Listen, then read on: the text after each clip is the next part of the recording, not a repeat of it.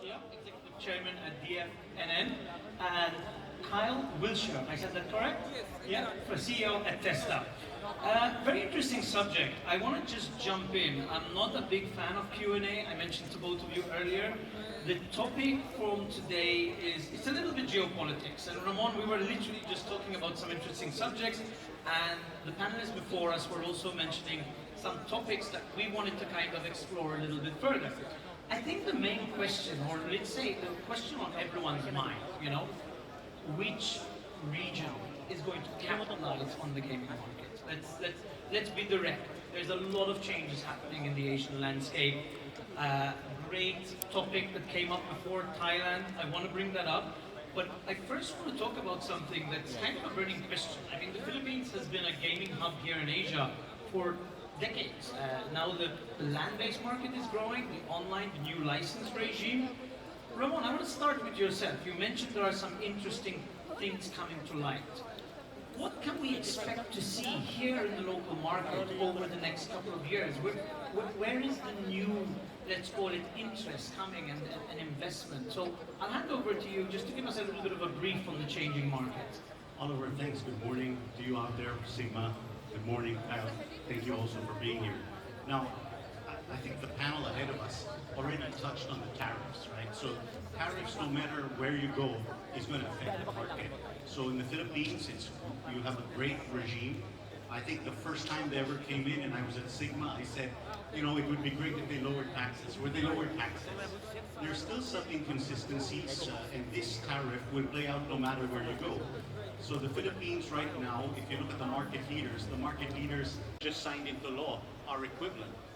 That will also bring into question, going back to perhaps the BOGO, if you are asking digital workers to come to the Philippines, and they happen to be from the gaming industry servicing Brazil legally, and they have this visa, will you consider them a BOGO? So these are some of the geopolitical aspects that are there. I know Japan has been sending their advisors here. Thailand, they said earlier, will be on a learning curve, but the Philippines does have that infrastructure and an innovative mandate and a friendly, exposure now to the Japan, US, Australia, South Korea enhancement as New Zealand. So these things will balance it out. Yeah, 100%. I mean, we know that the Philippines is, let's say, one of the more mature regions in the area, especially when it comes to not just looking at the license regime. Okay, it's not. The license regime is one part. That's what's telling you that okay, this region is establishing a framework so I can bring my business here. But it's also about the workforce. We were talking about this. When you're building a gaming business, when you're going online, when you're going land-based, substantial investments, right? And the Philippines, okay, there's turmoil everywhere. New framework brings it out. But we were talking about learning from these examples, especially in Europe, where we've seen over-regulation has led to new black markets. And this is a really interesting subject because we were just going onto this and we've seen some new regions coming out here in Asia. Thailand was a surprise for everyone, going from a blanket ban to a potential regulation. What do we expect? Kyle, I want to jump over to you. Competition here in Asia. Do we think it's going to become a more competitive landscape where Southeast Asian states are going to compete for those workforces, for those golden visas? Yeah, absolutely. I think the Philippines workforce and experience is probably the deepest in Asia, and one of the deepest in the world, honestly. I first started interviewing for positions here in 2009, and I moved here in 2010, and it was around long before me. So, I mean, the talent and the workforce here in the Philippines has been through it a few times. You can find employees that work with multiple operators, multiple providers. They kind of have the scar tissue and the lessons learned. But I have seen in the last year or two, as different licensing things change, more and more talent hubs in Thailand, a lot of hiring in Cambodia. So I think the previous panel was talking about having a bit more of a BPO type of model or service provider, not licensed, not taking bets from overseas, but providing infrastructure and talent and a workforce to basically do all the back office and all the operations that makes these things hum. And I see that increasing. So I personally believe the Philippines has probably the largest edge just because it's been in the space the longest. The community is very much here. but I see up and comers. So Thailand especially, I think, is something to keep an eye on. And with them looking at a new license, new regulatory approach, yeah, it's certainly something to keep in mind. I mean, that's definitely it. And I think in general, there's already been a swing. We were also saying earlier that I think anybody who's working in the Asian landscape knows that there's a big, let's say, increase of community in Thailand right now. A lot of people are going there. But again, the local market here is a lot more mature. But let's look at global political shifts. I mean, how has, global trade tensions affected the local market? Have we seen any changes between, let's say, the US and Chinese tariffs? Is that trade war affecting the local market here in the Philippines? It is good and bad, but I do want to take off from Kyle. There are a deep bench here, but there are also stumbling blocks. For example, if Japan actually does open up their integrated resorts, they don't really have people. They need about 3 million new workers, and the biggest sucking sound from the gaming industry will be those experienced people from the Philippines going to Japan. I would think in Thailand also, if they're behind the curve, they're going to start poaching people from the regulated casinos here. So those are some hurdle rates that I would look at, again, on global mobility. But as you said, there are tensions, very obviously. In Singapore recently, you had your ISS, which was your Strategic Security Council meeting of the countries, and China did not show up. And the Secretary of Defense of the United States made some very strong statements. So the Philippines has seen a pullback on the junket operations as well as the Chinese having come in here.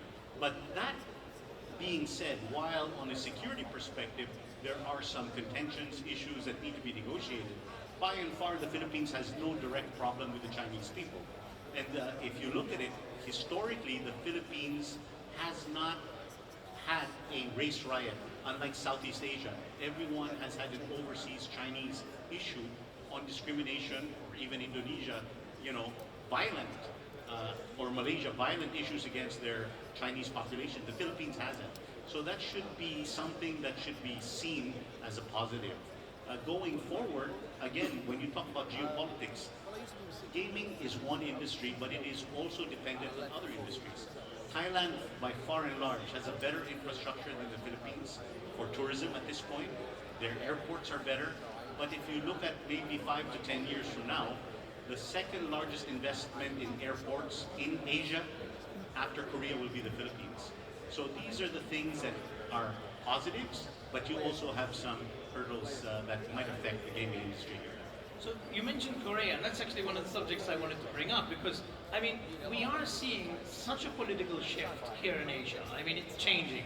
You had markets that had full blanket bans. Korea is now looking at allowing overseas, what we call it kind of casino tourism, right? What happens when Japan, Korea, Thailand, potentially Cambodia, that's on and off. What happens if they all say, I want to capitalize on this market, I want to bring the workforce? There will be a hole in the market. There will be a hole in the Philippines, for sure, because talent today is global. I mean, if Europe has their golden visas, and I'd like to admit, a lot of Filipinos, Indonesians, and Chinese are now Portuguese, Spanish, Germans, Swedish, and so forth, that same industry need will pull a lot of talent from the Philippines. Hopefully, where we are lacking is the ability to continuously train up more people. And this is something the gaming industry should look at, together with the regulators, PACCOR, and so forth. What cannot be stopped, and I think this is where our Bureau of Internal Revenue should look at it, is to become much more friendly with the regulators, because any tightness from our regulators just means the black market will come in. Like, I know the lottery sector is being hit hard by people who are selling Powerball in the Philippines, technically illegally. Well, that's really interesting because we were actually talking about that as well. I mean, look at markets today.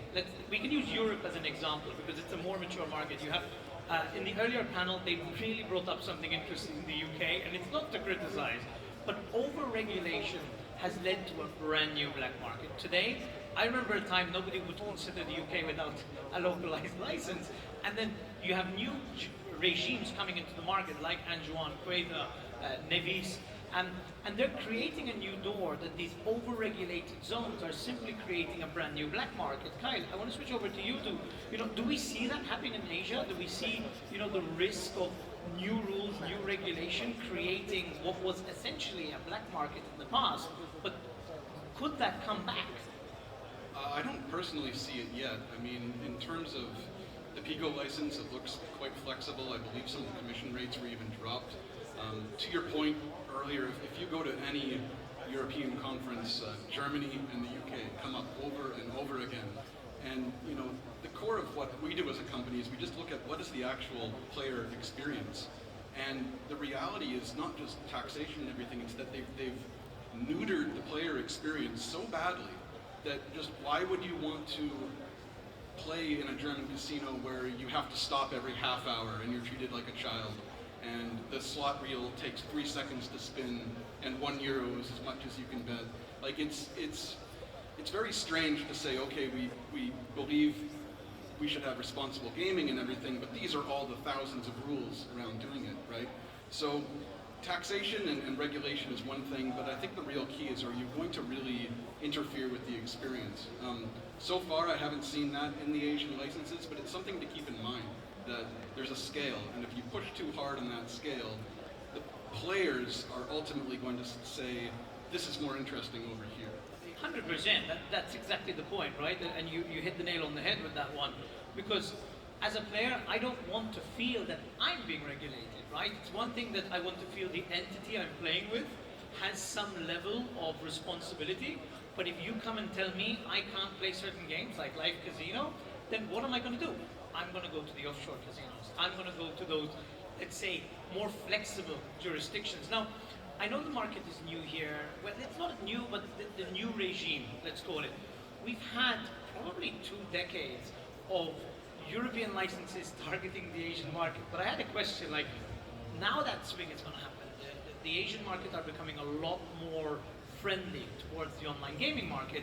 Do we see a reverse? Do we see a potential that the European businesses come to the Philippines, they take the upcoming remote license opportunities, and then in reverse target the European markets? Is there any scope for that?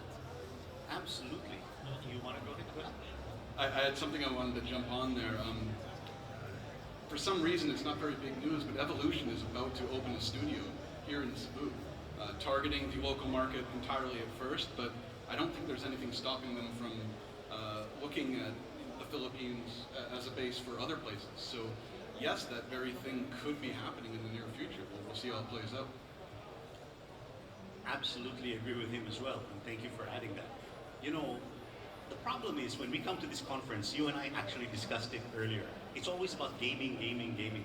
But I want to show you gaming, like I said, it is about a lot of other geopolitical regulations. Look at the telecom regulation in the Philippines. Today, exampled by the 2 regulators, Chairman Altenco and GML Robles, have decided to adopt the Philippine policy of innovation first, regulation later. And I think it's a kudos to these 2 gentlemen who want to grow revenue. So that's a very big change from the European mindset. And when I talked to our European partners, they said, what? They allowed you a red and white game in the Philippines? What is that? And this becomes a test market that maybe can open up the Philippines. And I would say that Brazil, having now issued it, will get a lot of learnings from the Philippines. Now, Thailand, again, going back, or let's say some of these other markets, let's say Myanmar, Laos, which are also big populations and up and coming, they haven't approved these technologies, but once they do, start looking for innovation and rapid acceleration from even Myanmar or Bangladesh or something like that, which have big populations. And Thailand, so while they have this innovation on the gaming side, there's a lot of aspects to it. So these are some of the geopolitical things that are not directly gaming, but will definitely affect gaming. Oh, 100%. I mean, at the end of the day, you know, when you're looking at an investment, especially, I mean, even just starting an online casino, wherever you put it, there's substantial investment involved. And you want that workforce, that safety net, to be in a climate that you feel is quite stable, right? We've seen tons of U-turns across the Asian landscape, not only in Asia. I mean, we see it in Europe all the time. But I think what's happening now, and SiGMA is a testament to, you know, what is happening in the gaming market here in the Philippines. But it is becoming the centralized home, like Malta was within the European markets. I mean, look at the size of the workforce that was established over there. Okay, we've had a certain swing. The Chinese, let's say, essentially, I wouldn't say fully left, but there was a lot of job losses during the political changes. But it's rebuilding, and I think it's rebuilding under a better baseline or foundation. What can we expect? Do we expect further changes within the new regime? Are there new potential opportunities? We've talked about tax breaks and tariffs as well. What can we expect to see in the next 12 months? The Philippines has a unique situation, which isn't, well, maybe or is not. I defer to Kyle in Europe. But the Philippines is unique in that it's both an operator and regulator. I have a feeling there may be some moves towards that, but you know, I'm just here listening.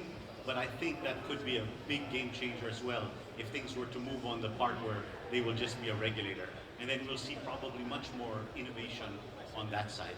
Because on one hand, you're an operator, right? So you see the innovation happening around you. How do you not lose out on that? So these are some of the things that probably will be your next surprises over the next 12 to 24 months in the Philippines. 100%, yeah, and that's where the interest is. I mean, ourselves, we're looking at establishing our own support networks over here. I think one interesting thing that we have found, especially within the local market, and I'm talking as an employer now here in the Philippines, the talent. There's a great talent pool, there's great communication skills, very high level of English, which you'll be surprised in many of the Asian states you don't have. So Kyle, you've been here for what, a decade, I think now, a bit more. What is it like? Talk to me about building the entities here in the Philippines. What are the unique challenges and what are the benefits? I think English is a huge component. More investment in STEM is needed. More investment in more modern software would be very helpful. There's a lot of commercial talent here. There's a ton of creative talent here. And there's a lot of just industry depth that's built up. So I would like to see a bit more hardcore engineering, a bit more deep software experience. I think that's going to be really necessary to really turn it into Asia's kind of software development hub for the iGaming space. I think that's maybe where some of the other Southeast Asian, East Asian countries have a bit of an advantage. So that would be my biggest thing. In the past, it was fairly hard to set up a Philippines corporation, and even if you were doing some sort of small shop, you needed 5 people on the board and everything. There's now easier structures, so a lot of that's gotten a lot better. Like I said, I first came here in 2010, I believe, and there has been consistent change toward making things more approachable. So I think the real key is just understanding what talents have been built up in the market and making sure that you know the gaps between what the market has and what it doesn't. To Ramon's earlier point, an old thing with the Philippines, not so much, it's not a gambling industry thing, I saw it in real estate and tech in general, is brain drain. Because of the high level of English, because of a highly educated workforce that can pretty much parachute into many countries, a lot of the top grads and a lot of the top earners move overseas. I remember one of my first database administrators, I think, when I was here in 2011. He got an offer with Visa, moved to Singapore, pay him 7 times as much. What do you say to that? How do you counter, right? So it's really knowing about what the market excels in, and I think more investment in those deep skills is going to be very important. Well, that's a really good point. We talk about it a lot. I mean, one thing that we had, especially in the early days of building up the Maltese market, was there wasn't a giant talent pool. It's taken 2 decades to build that talent pool. And still today, what happens is you have now too much congestion, prices go up. I think the Philippines won't ever suffer from that level. Okay, maybe here in the city, but where is the education focus? You touched on something really, really important, and I know we're going to divert a little bit, but you need to look at the talent available in the market. I think the Philippines has strongly capitalized on call centers, language skills, development is lacking, but it's very interesting because I've seen a swing towards Vietnam, for example, for development. Why is that? Why is Vietnam capitalizing on this market? Why are developers going there? Is it a push for more development education in the region? Where is it coming from, Kyle? I mean, do we see a change here, promotion of development education in the Philippines? I'd love to explore this a little bit more because as a platform, we're always looking to build development hubs. Where do you go? I wish I knew the actual core reasons behind it.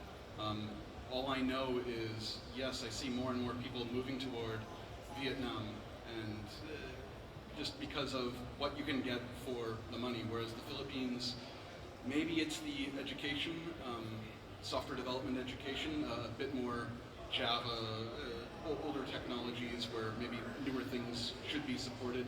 I wish I knew the reasons. I don't. What I do know is the money seems to be moving more toward Vietnam for those type of hard tech kind of roles. Philippines excels with a lot of frontline support, front end, web development, like I said earlier, creatives. These are the type of things that it does very well in. Whereas if you want that kind of, golden full stack developer, maybe that's much more of a Vietnam type of thing these days. 100%, and that's kind of what we're here to explore. So I want to switch over to you, Ramon. You know the local market. Where is the education going? Well, could I take a stab to answering his thing, because I have some experience in this. So when Japan needs 3 million foreign workers, they actually have created a pathway for people to migrate to Japan legally and eventually find residency, eventually find, believe it or not, a Japanese passport. The issue here is that China and Vietnam are what you call command economies, whereas the Philippines is a democratic economy. So when Japan had passed, you need 360 hours of skill, language, and cultural training. Within 24 hours, Chinese government and Vietnamese government complied with what Japan. The Philippines has 120 hours, of which has nothing to do with what Japan mandated on 360. It was only by the intercession of the private sector with the, at that time, Philippine Overseas Employment Agency and Department of Migrant Workers to have private sector step in to give that training. And let me give you an example. If you walk around the stands, you'll see basically what you would see in a Las Vegas or an SBC in Portugal. I mean, the Philippines has come so far because of the leadership of the administrations that have come in. But what is lacking is exactly what Kyle has said. And the issue here is we don't have the mathematicians you need to do sports betting, your rocket scientists, your higher level. So the BPO, or the call center industry, actually formed an association to work with the schools here to be able to do that. And I'd like to ask Kyle, is this something that Kyle and maybe the rest of us in the gaming industry, remember the Philippines is a Catholic country. We're like aggressive, not aggressive, but a Catholic country or Christian country is really big in gaming, but we like to say, oh, we don't like gaming. But in reality, it's an industry. So what we're hoping is, like the BPO, do you think we can make a specific call out to our industry to work with the top tier universities here, as well as, sorry to say, and I don't know if people like it, it's not anti-Filipino. We don't mind giving people permanent residency, even citizenship. There's a pathway here to the Philippines, should you want one. But basically, we need to bring in talent, train, which will take a number of years, hopefully led by us in the gaming industry, specific to our industry, and then also bring in the relevant people to be hired in our companies here. But if you look at all the stands here, most of them are Chinese. Why? Someone told me from a Chinese gaming company, when they leave the military, I can hire a guy from X intelligence, X this, X that, who have the higher skill set that, believe it or not, cybersecurity, blockchain, those are the same key skill sets that you need. All I'll add to that is I love the idea of university partnerships. Often these gaming companies bring in more senior engineers from other places, but they're not going to live here forever. They'll be here a couple of years. They'll, 5, 7, 10 maybe. But if more links can be built between the education system and some of those sharper engineering talents, I think that's a fantastic idea. It's something I totally support. And I don't believe there's much of it. I don't, maybe with the days of the POGO license, it was a little more taboo. With the PIGO license, I think it's a bit more supported by the country. So perhaps that's a great bridge to build. Well, this is very interesting because it actually, this is what we saw. Landed in Malta, we're talking 2003, 2004. There was a lot of taboo. Oh, you work in gambling? You touched on it. And it's the correct word, Kyle, taboo. But if you look at what's happened over 20 years, you have specific educational systems, like the IGA, that focus purely on educating the masses on the market. And when it became a norm, I mean, now you have, let's call it with ancillary and third-party providers, 30 to 40,000 people who are directly and indirectly involved in that market in a population of just 600,000. So if you look at how long that takes to grow, I mean, the case of Malta it was a 20-year span, but here in Asia, they're already seeing a big push in the market. SiGMA, we spoke about the new regulators, we spoke about multiple bodies of government coming in to support that. But let's take a step back. I want to build here. I mean, I'm curious myself because I want to grow. What are the tax systems? What is income tax like for a foreign company to come and invest? And we want to give those workers benefits so they don't get poached and go to Singapore to go work for Visa and other firms. What is the benefits that we can expect to see from an employer side, Ramon? Okay, here's a little bit of I personally see this because I deal with the regulatory environments, right? You have a lot of overlapping things. So if you look at special economic zones in the world, there are about 5,400 of them. The largest is China, but very few people know the second largest in the world is the Philippines. So you have a lot of different regimes. So if you were to set up, let's say, in a SEZA, or let's say in a Bataan, a Freeport area Bataan, do you know that foreign resident workers, as long as you have a tax treaty, only need to pay 15% income tax? And then if you are structured, again, this is the question of whether, is it DTI that comes in, that authority such as Freeport area Bataan or SEZA that comes in, that is your final tax authority? Because you can structure things very cost efficient, especially whether it's movement, visa, quality of life. And I think a lot of people, someone said it earlier, what is the age of the quality of life now people go in the gaming industry? These are the type of guys who like to bring their dogs to work, their cats. Your Gen Z, what has an attention span of 15 to 30 seconds? So they're looking not for maybe the traffic of Metro Manila, and with Starlink maybe anywhere in the country on a beach somewhere, but the issue is to resolve all of these conflicts. At what point when it says your franchise tax of 5% is your final tax in lieu of all others, and then you receive a notice from, let's say, BIR that says, oh, you have that due, who actually wins? Or recently we signed another law, which is the internet transaction tax. Well, technically we're doing everything on the internet, so does PAGCOR's original law therefore exempt us? But from the basis of a foreigner moving in here, I think one of the things that they like in some of these zones, as Kyle said, one-stop shop. It's almost like Singapore. You're getting your registrations done in a week, not the 2 months, 3 months that it normally takes. We've also enacted the one-person corporation, which before you needed to find 5 people. So this is really an interesting thing. Singapore is obviously easier. They found it onerous that you had to pay $2 to incorporate. Now it's $1. But the Philippines has also lowered it, just not as low as Singapore. Fantastic. I know we're being hailed because we've run out of time, but that's a very interesting point. Just to close on this, as an employer, as someone who's set up multiple development teams, I mean, it's quite interesting. 15%, it's very decent compared to, some European states you're paying as high as 65. I mean, like that in the Balkans, it's as high as 65. I definitely see potential in the market. I think it's going to grow. We're definitely going to be expanding ourselves. But unfortunately, we've run out of time. I want to say thank you to our panelists, Kyle and Ramon. Let's give them a warm hand. And thank you, SiGMA, for hosting us.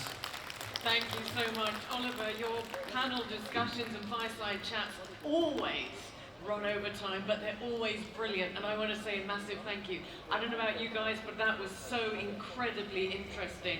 I have had the opportunity over the last couple of weeks to spend some time, for the second time, here in the Philippines. And it's a beautiful, beautiful country. I'm sold.